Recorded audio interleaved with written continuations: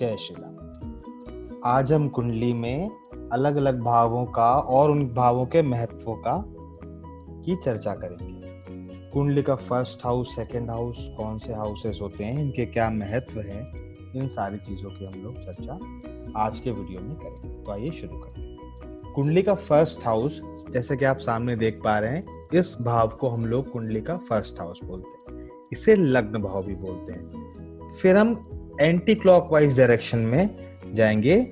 जैसे कि आप एरो देख पा रहे हैं, second house, third house, fourth house, fifth house, sixth house, seventh house, eighth house, ninth house, tenth house, 11th house and 12th house. ये सारे 12 भाव होते हैं कुंडली में और ये हमेशा इनकी पोजीशन यहीं पे रहेगी। इन भावों में कोई भी राशि या नंबर लिखा हो सकता है।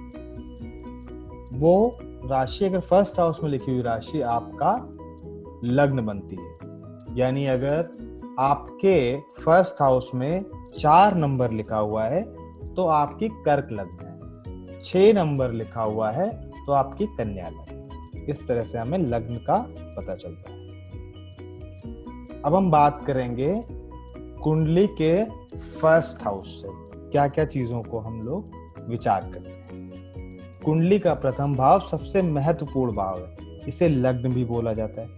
इसके स्वामी को लग्नेश बोलते हैं। कुंडली के प्रथम भाव से हम तन भाव भी बोलते हैं। इसे तन भाव से मतलब है हमारी शारीरिक संरचना को यह दर्शाता है। हमारा शरीर कितना हष्ट-पुष्ट है, इम्यून सिस्टम कैसा है, इन सारी चीजों का विचार हम कुंडली के फर्स्ट हाउस से भी करते हैं। आपकी कुंडली में लग्नेश किसी भी स्थान पर विराजित हो सकता है। लग्नेश जिस स्थान या भाव पर विराजित हो, उस स्थान का महत्व हमारे जीवन में सर्वाधिक होता है। यानी लग्नेश जिस भी स्थान पर है, फोर्थ हाउस में, फिफ्थ हाउस में, सेकंड हाउस में, उस स्थान से हम कुंडली की ओवरऑल स्ट्रेंथ या वीकनेस का पता लगाते हैं। लग्नेश यदि कुंडली के शुभ स्थानों पर विराजित है तो इसके शुभ परिणाम होंगे। यदि अशुभ स्थानों पर विराजित है तो अशुभ परिणाम होंगे। इसलिए लग्नेश की स्थिति कुंडली की प्रबलता या निर्बलता को दर्शाती है। ओवर अब क्या क्या चीजों का हम विचार करते हैं? स्वास्थ्य, व्यक्तित्व, शारीरिक संरचना, शारीरिक प्रबलता एवं दुर्बलता, चरित्र, स्वभाव, रोगों से लड़ने की क्षमता यानी आपका इम्यून सिस्टम, धार्मिक प्रवृत्ति है आपकी या धार्मिक प्रवृत्ति नहीं है। शरीर के कौन कौन से अंगों को फर्स्ट हाउस से देखा जाता है?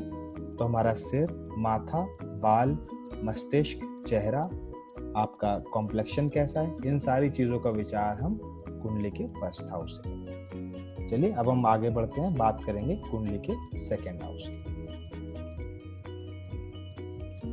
कुंडली के द्वितीय भाव को हम धन भाव भी कहते हैं। इसके स्वामी को द्वितीयेश या धनेश कहते हैं। द्वितीय स्थान मारक स्थान भी होता है, यानी ये एक बुरा स्थान भी माना गया है और इसके स्वामी को मार्केश भी कहते हैं।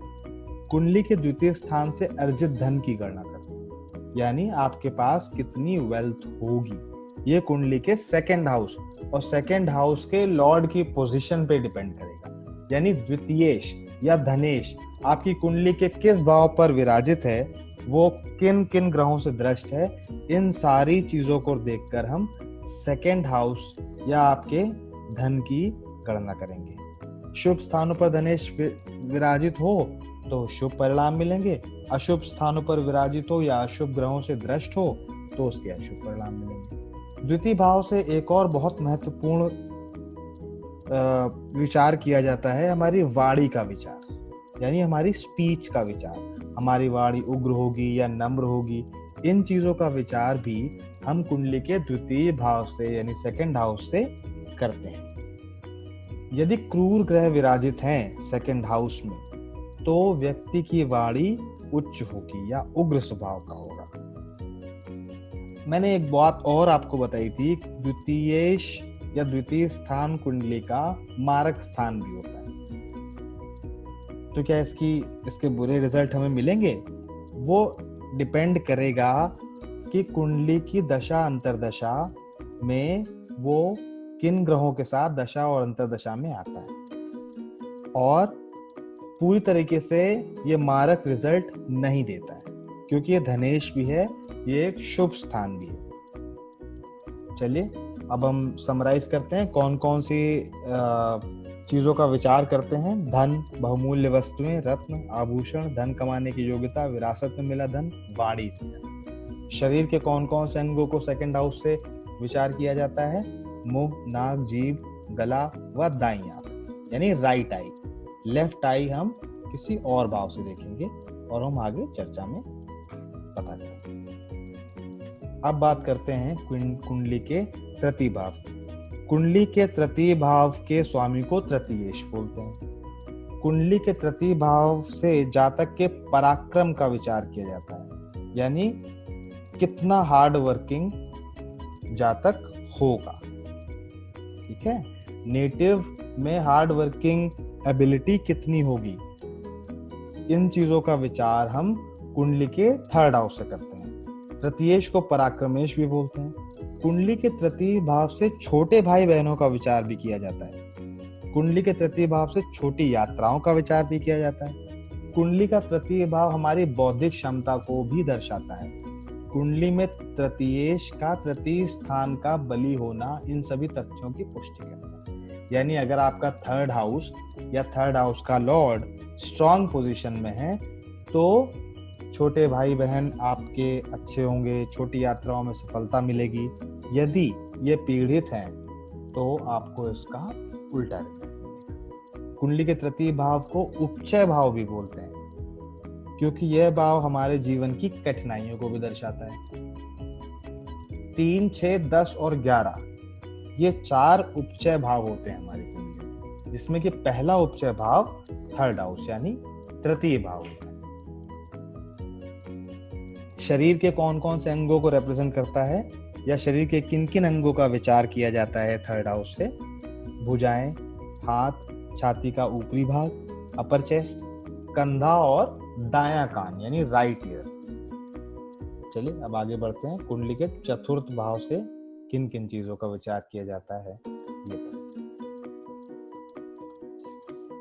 कुंडली का चतुर्थ भाव माता, वाहन, भूमि, अचल संपत्ति, मकान, इन सारी चीजों का विचार किया जाता है। आत्मिक शांति का भी विचार किया जाता है, सुख का भी विचार किया जाता है चतुर्थ भाव से। ये एक शुभ स्थान है क्योंकि ये केंद्र स्थान है। 1, 4, 7 और 10 ये 4 केंद्र स्थान माने गए हैं कुंडली में, यानी पहला भाव, चौथा भाव, 7वां भाव और 10वां भाव, ये 4 स्थानों को हम केंद्र स्थान बोलते हैं। केंद्र स्थान में यदि शुभ ग्रह विराजित हो तो कुंडली अच्छी मानी गई है। केंद्र स्थान में यदि क्रूर ग्रह विराजित हो तो कुंडली बुरी मानी गई है। हालांकि कई ऐसी स्थितियां हैं जहां पर केंद्र में बुरे ग्रह भी अगर विराजित हैं तो भी कुंडली में कई सारे अच्छे योग बनते हैं। उदाहरण के लिए शनि यदि केंद्र में विराजित हो, उच्च का शनि विराजित हो तो केंद्र में विराजित होकर शश योग बनाता है। अब शरीर के कौन कौन से अंगों को फोर्थ हाउस रिप्रेजेंट करता है?